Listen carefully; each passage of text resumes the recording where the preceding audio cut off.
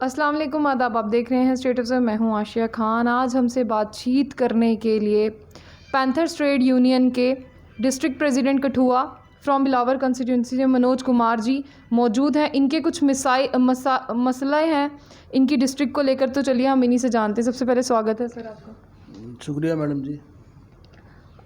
जिस तरह से पहाड़ी इलाकों की बात करें तो बहुत से मसले होते हैं, चाहे सड़कों का ले लो, पानी का, बिजली का ले लो, बच्चों की पढ़ाई से ले लो। इन सब चीज़ों से कहीं ना कहीं उन लोगों को सफ़र करना पड़ता है। तो आपको क्या लगता है कि ये जो पहाड़ी इलाके के मतलब दूर दराज के लोग होते हैं, इनकी कोई कब सुनेगा? आखिर इन बहुत देर हो गई इनको आवाज़ लगाते। देखिए मैडम जी, पहले तो मैं आपका चैनल का बहुत शुक्रिया अदा करता हूँ कि आपने हमारे एज ए पहाड़ी लीडर हैं, हम पहाड़ी इलाके से आते हैं और हमारी पहले तो कुछ सुनवाई नहीं होती थी। अब कुछ जैसे नए सोशल मीडिया चैनल आ गया, लाइव चैनल आ गया, अब हमारी बात 1 मिनट में सरकार के कान तक पहुँचती है। रही पहाड़ी इलाके का सवाल मैडम, जब भी कोई भी सरकार बनी है, चाहे वो कश्मीर में बनी हो, चाहे वहाँ से कोई MLA जीता हो, जब MP जीता हो, चाहे इधर हो, हम पहाड़ी लोगों का बहुत योगदान रहा है। क्योंकि हम लोग जहाँ भी चलते हैं इकट्ठे चलते हैं, कोई सलाह लेते हैं इकट्ठे देते हैं, किसी को जिताते हैं इकट्ठे जिताते हैं, किसी को हराते भी हैं इकट्ठे मिल के हराते हैं। जहाँ तक डेवलपमेंट की बात है मैम, जैसे 2014 के बाद जो भारतीय जनता की पार्टी सरकार सेंटर में आई, स्टेट में आई, इनके कहने हिसाब से है कि 2014 के बाद ही लोगों में जागृति आई। 2014 के बाद ही लोग उनको पता चला कि हिंदुस्तान के बाहर भी दुनिया रहती है। 2014 के बाद इन्होंने देखा कि यहाँ तो जहाज़ भी उड़ते हैं, यहाँ कोई प्रधानमंत्री भी होता है। लेकिन मैं आपके माध्यम से कहना चाहता हूँ कि जितने पढ़े लिखे डिस्ट्रिक्ट जम्मू स्टेट में जो पुलिस, डॉक्टर्स, जजेस, चाहे आप जितने भी आप देखें जज किश्तवाड़ से हैं, भद्रवाह से हैं, डोडा से हैं, जितने पुलिस ऑफिसर बसोली से हैं, बिलावर से हैं, जितने डॉक्टर्स, चाहे वो गायनिकी चंचल गुप्ता हैं, न्यूरोलॉजिस्ट SK गुप्ता हैं, CD गुप्ता हैं, और सबसे बड़ी बात जो कैंसर स्पेशलिस्ट अशोक वैद्य जी, वो भी बिलावर किशनपुर से हैं। कहने का मतलब यह है कि जितने भी पढ़े लिखे लोग आज की डेट में जो निकलते हैं पूरी जम्मू स्टेट से, ज़्यादातर हमारी पहाड़ी बेल्ट से ही निकलते हैं। लेकिन कहने का मतलब हमारे लोगों की इन्होंने डेवलपमेंट क्यों नहीं की? इनको पता है कि अगर पहाड़ी लीडर लड़का पढ़ के रोड साइड आएगा, वो अपने हक की बात करेगा। और हमारा शुरू से जब से देश आज़ाद हुआ है, हम गुलाम हो गए, क्योंकि जम्मू कश्मीर कभी गुलाम नहीं रहा है, ये अलग महाराजा की स्टेट थी। हमारे साथ डिस्क्रिमिनेशन होती है। पहले हमारी कश्मीर के नाम पे डिस्क्रिमिनेशन होती थी, अब जब से ये भारतीय जनता सरकार बनी है, खासकर जम्मू की बात करना चाहता हूँ मैं, अपने डिस्ट्रिक्ट कठुआ की बात करना चाहता हूँ। 5 की 5 सीटें लोगों ने MLA की BJP को दी। जो हमारे डॉक्टर जितेंद्र सिंह जी MP जब पिछले इलेक्शन में जीते 14 में, जहाँ उधमपुर ख़त्म होता है, रामकोट शुरू होता है, बिलावर, वहाँ तक ये 75,000 वोट से हार रहे थे। उसके बाद इनकी लीड शुरू होगी जीतने की। और आज डेवलपमेंट के बाद देखिए बिलावर में इन्होंने क्या दिया है। एक इंडोर स्टेडियम दिया है, वो बिलावर तहसील के अंदर है, टाउन के अंदर है, जो जिसको अब आज ADC सब डिस्ट्रिक्ट कहते हैं। मेरे इतने पहाड़ी इलाके मैं नाम लूँगा तो आप कहेंगे शायद इनको भी नहीं याद होगा, जिन्होंने 2-2 बार MP जीत गए हैं, 2-2 बार MLA जीत गए हैं। इतनी हमारे फार फ्लंग एरिया हैं। खाली जो धार रोड से आप जितने भी लिंक रोड है ना, हर लिंक रोड 10 से 15 किलोमीटर के अंदर है। क्या हमारे गाँव का लड़का वहाँ क्या खेलने जाएगा? ये कहते हैं हमने सड़कें बना दी। आप मुझे बताइए कौन सा मेजर सड़क का प्लान इन्होंने बनाया है? 3 साल तो आपसे सरकार नहीं चली, आपने कब उसकी DPR बनाई, कब आपने उसका प्लानिंग बनाई, कब आपने फंड्स पास कराए? जिन्होंने 3 साल में 4 गवर्नर चेंज कर दिए। मैं इनसे पूछना चाहता हूँ कि आपने जम्मू कश्मीर के लोगों को, खासकर हमारी बिलावर के पहाड़ी लोगों को, कठुआ के, बनी के लोगों को क्या समझ रखा है? क्या हमें अपना हक लेना आता नहीं है? हमें हक लेना भी आता है, हमें जिताना भी आता है, हमें हराना भी आता है। रही मेरे पहाड़ी ज़िले की बात, मैं मैडम मैं आपके चैनल से कहना चाहता हूँ, जो हमारा बिलावर का एरिया है, जो उसको सब डिस्ट्रिक्ट ADC की पोस्ट है, इसमें 1.5 लाख वोटर फॉल करता है, जिसमें 45% बनी का वोटर जो है, 20,000 वोट वो बिलावर को फॉल करता है, वहाँ वोट पड़ता है उनका। बसोली का 10,000 वोट हमारे बिलावर में पड़ता है। हीरानगर कॉन्स्टिट्यूंसी का 10 से 15,000 वोट 13 पर जाते हैं, जिसमें हीरानगर के पेई मेला, चैरथा, टोकल, टली, स्त्रैन, जुथाना जो सबसे बड़ी पंचायत है, उनका बहुत पुराना पुल का मसला है, जो भी शायद प्लान पास किया है, यहाँ तक फॉल करता है, वो बिलावर में पड़ता है। हमारा बॉर्डर पड़ता है एक तो डिस्ट्रिक्ट उधमपुर में, दूसरा हमारा पड़ता है हिमाचल में, तीसरा बड़ा हमारा लखनपुर पंजाब में, चौथा हमारा ये हीरानगर जो सांबा के डिस्ट्रिक्ट में पड़ता है। टॉपोग्राफी देखें तो मैम हमारा अगर 2011 का जो सेंसस कठुआ का 6,11,500 कुछ वोट है, जो 2011 का सेंसस। 2001 का सेंसिंग में 5 लाख कुछ वोटर है, जिसमें आप खुद देखिए कि 1,50,000 वोट खरीद बिलावर कॉन्स्टिट्यूंसी के, जिसकी आबादी आप 1,90,000 लगाएं अगर एडीसी की। अब 6,11,000 में से 1,90,000 निकाल लीजिए, आबादी हमारी ज़्यादा है, वोटर हमारा ज़्यादा है, टॉपोग्राफी हमारी ज़्यादा है, ब्लॉक हमारे 6 हैं, जितने धार्मिक स्थल है जो 600 साल पुराने शिव टेम्पल है, माँ सुकराला का माता मंदिर है, पूरे वर्ल्ड वाइड मशहूर है, बाला सुंदरी है, एक तवी उज्ज पुल पे एक बाबा वरुण देवता है, जैसे हम के जो हमारे मोहम्मद है उसको ख्वाजा पीर बोलते हैं। क्या ना, इतने हमारे पास धार्मिक स्थान है। इन लोग लीडरों ने हमें समझ क्या रखा है, बिलावर बनी के लोगों को जीतने के लिए आपने बिलावर आना है, जीतने के लिए आपने बनी जाना है। अगर बात करें जब वोट लेने की बात होती है तब उन संकरी गलियों में भी चले जाते हैं जहाँ पर पक्का रास्ता नहीं होता। अगर कोई कहे तो उसके घर तक पहुँच जाते हैं वोट मांगने के लिए। जब जीत जाते हैं उसके बाद उस गली की दोबारा शक्ल भी नहीं देखते। मैडम जी, ये तो कुछ नहीं, ये तो अपने फोर फादर की हिस्ट्री निकालते हैं। मेरे दादे के दादे का दादा यहाँ रहता था, मेरी दादी के ये मायके के जो मायके थे वो आपके घर थे। मतलब इस हिसाब से ये लोगों को गुमराह करते हैं। और जहाँ तक मैं 2008 से पैंथर्स पार्टी में हूँ, एज ए वहाँ का नुमाइंदा हूँ और वहाँ का पैदाइशी है, वहाँ का मेरा वोटर कार्ड है, राशन कार्ड है, मेरे फोर फादर वहीं के हैं, क्यों हम तो बाहर से नहीं आए। इन्होंने हमें इस तरह से डिवाइड किया है। पहले तो एक जीता था नेता कांग्रेस के, ठाकुर बलबीर सिंह, बहुत नहायत ईमानदार लीडर थे, वो राजपूत कम्युनिटी से बिलोंग करते हैं। फिर उस साजिश रची कि यहाँ जी राजपूत जीत गए तो ब्राह्मण भूखे मर गए। दूसरा नेता ब्राह्मण जीत गया, उन्होंने भी राज किया 2 वर्ष से। फिर जब वो जीत गए तो फिर पीछे राजपूत लेता एक और आ गया, नहीं जी ये तो ब्राह्मण मर गए, हम रह गए। फिर राजपूत जीत गया। फिर जब बीजेपी आ गई तो हिंदू मुसलमान हो गया, फिर बीजेपी कांग्रेस हो गया। अब मैं इनसे पूछना चाहता हूँ, भाई आपने हमारे पहाड़ी लोगों को कभी आपने जाति के नाम पर, कभी आपने धर्म के नाम पर, कभी आपने पार्टी के नाम पर, कभी आपने डेवलपमेंट के नाम पर हमें बेवकूफ़ ही बनाया है। चलो लोगों ने बर्दाश्त किया, लेकिन आज की जो जनता है बहुत पढ़ी लिखी है, अवेयर है, अपना हक जानती है। मैं अगर बोल दूं कि पिछले इलेक्शन में मैंने 8,000 वोट लिया था, थोड़े वोटों से हार गए। जितनी देर मैंने बोलना है, आज का जो बच्चा है 5वीं पढ़ता है, गूगल में जाएगा elected candidate of Billawar constituency all parties, वहाँ पर नाम आ जाते हैं, कौन लड़ा था, कितने वोट लिए, कितने वोट से हारा। आजकल आप किसी को बेवकूफ़ बना सकते हैं।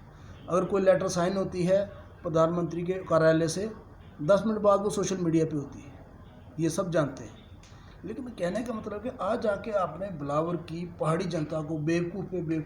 लेकिन अब जो हमारा रहा है ज़िले का मसला, इस मसले में हमारी बिलावर कॉन्स्टिट्यूंसी के लोग, जैसे मैंने बताया कि बनी का 60% जो है, जो आबादी है, जो उनका कल्चर है, हमारे बिलावर से मिलता है।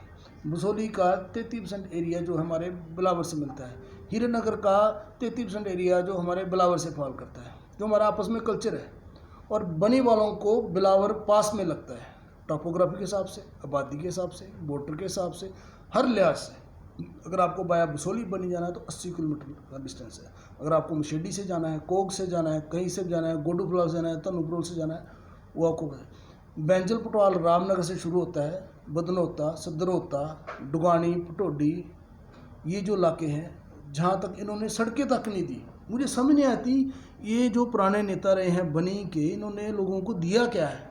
ना इन्होंने सड़कें दी हैं, ना वहाँ पे बिजली दी है, ना वहाँ पानी दिया, ना कोई डेवलपमेंट दी है। और ये जो दावा कर रहे हैं जम्मू कश्मीर की बीजेपी की सरकार, खासकर डिस्ट्रिक्ट कठुआ की, जो आज की मानपुर से लेके बसोली तक का जो 30 किलोमीटर का डिस्टेंस है, मैडम आप कभी जाइए देखिए। अब शायद मुझे लग रहा है लुक पड़ी है, नहीं तो वहाँ पे तो 2 बार सांसद रहे बसोली से, मिनिस्टर रहे कितनी बार, कांग्रेस की सरकार में भी रहे, बीजेपी की सरकार में रहे। अपने हर मुद्दे पे, हर बात पे थोड़ा ग्राई परा, थोड़ा डोगरा परा, ये कह के भी घूमना है। लेकिन अब जो वो हर पार की लड़ाई है। हम तो चाहते थे, पैंथर पार्टी का मुद्दा था कि हम बिलावर बसोली बनी को मिला के एक पहाड़ी जिला बनाएं, लेकिन जिस साजिश के तहत इन्होंने 5 सीटें जीती पिछली, और जिस साजिश के तहत जैसे एक पिछली डिबेट में एक पिछले कांग्रेस के विधायक थे, अब वो एनसी में है, बसोली से हैं, उनको किसी पर्सन ने पूछा कि जी आप तो घर बिला बसोली में, तो आप तो बनी के विधायक है, तो आप बनी में क्यों नहीं चाहते हैं? वो कह रहे नहीं जी मेरे घर तो बसोली में है। मतलब कि आप लोग नेता लोगों ने बनी और बिलावर को खाली कुर्सी के लिए रखा हुआ है, एक हिंदू मुसलमान की लड़ाई के लिए रखा हुआ है, एक बीजेपी कांग्रेस की लड़ाई के लिए रखा हुआ है, एक आपने वहाँ पे राजपूत ब्राह्मण के लिए रखा हुआ, बाकी आपको हमारे से कोई लेना देना नहीं है। और मैं आपके माध्यम से इन नेता को साफ कहना चाहता हूँ, इस बार जो हमारी लड़ाई है बिलावर ज़िले की है, बनी हमारे साथ है और हम लोग डिज़र्व करते हैं, क्योंकि 1872 में जो ज़िला था वो पहले पड्डू में हुआ था, जैसे पड्डू बिलावर जो है, और उसके बाद उसको जसरोटा में शिफ्ट किया गया। जसरोटा माता जो है यहाँ पे राजबाग के पास, फाइनली उसको कठुआ में लिया गया।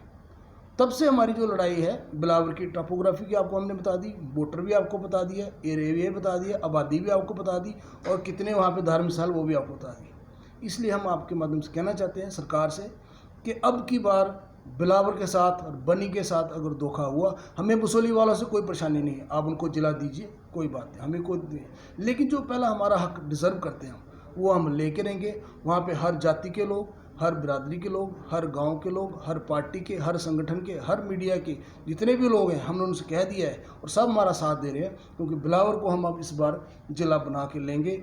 बाकी अगली इलेक्शन, अगली वोट की बात बाद में आएगी, जो हमारा ज़िला बनाएगा सरकार वो बनाएगा। और ख़ासकर इनको मैं और कहना चाहता हूँ कि बिलावर में जैसे बताया हम पढ़े लिखे लोग हैं, हम अपना छीनना भी जाते हैं, प्यार से भी, रोड से भी, कोर्ट से भी। और एक हमारी मैं आपके माध्यम से डोगरी में एक इनको कहावत बताना क्यों चाहता हूँ कि जब पीएम साहब आए थे तो हमारा उन्होंने डायलॉग हम ही पे मारा था कि हम डोगरे खंड मिठे कहने शाने करने, ऐसे जितनी जगह कम शाने करने। जैसे कहते हैं ना एक सरदार बिगड़ा 100 लाख के बराबर, डोगरा बिगड़ा 2.5 लाख के बराबर। और ख़ासकर बिलावर की बात आएगी, हम सारे एक हैं वहाँ पे।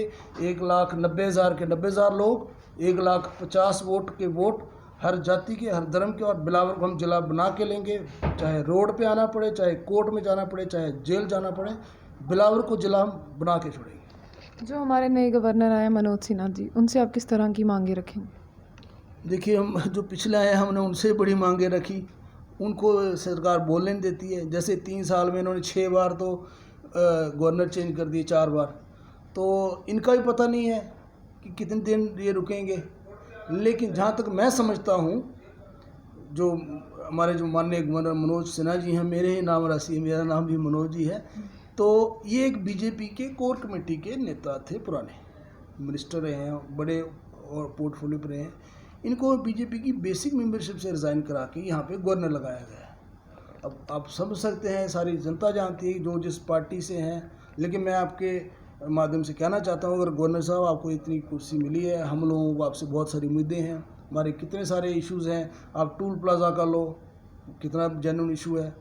आपने हम पे जजिया लगा दिया, मंदिरों पे टैक्स लगा दिया, मस्जिदों पे टैक्स लगा दिया, आपने डोमिसाइल दे दिया, आपने अब बार प्लाजा खोल रहे हैं, 116 वाइन शॉप खोल, मेरे बिलावर में बारें खुल रही हैं जहां हमारा एक धार्मिक साल होता था। अभी मैंने एक वहाँ पे उसकी ऑब्जेक्शन लगाई तो मेरे पे किसी दूसरे इशू पे एफआईआर लगा दी गई। कहना मतलब है कि इनका 1 पॉइंट प्रोग्राम है। जो बीजेपी में है वो हिंदू है, जो पैंथर का है, जो कांग्रेस का है, जो एनसी का है, जो बीएसपी का है, जो दलित है, वो हिंदू नहीं है। तो मैं इनसे कह देना चाहता हूँ, हिंदू नाम से नहीं होता है, हिंदू वो होता है जो हर कौम को देखे, हर धर्म को साथ लेके चले, उसको हिंदू कहा जाता है।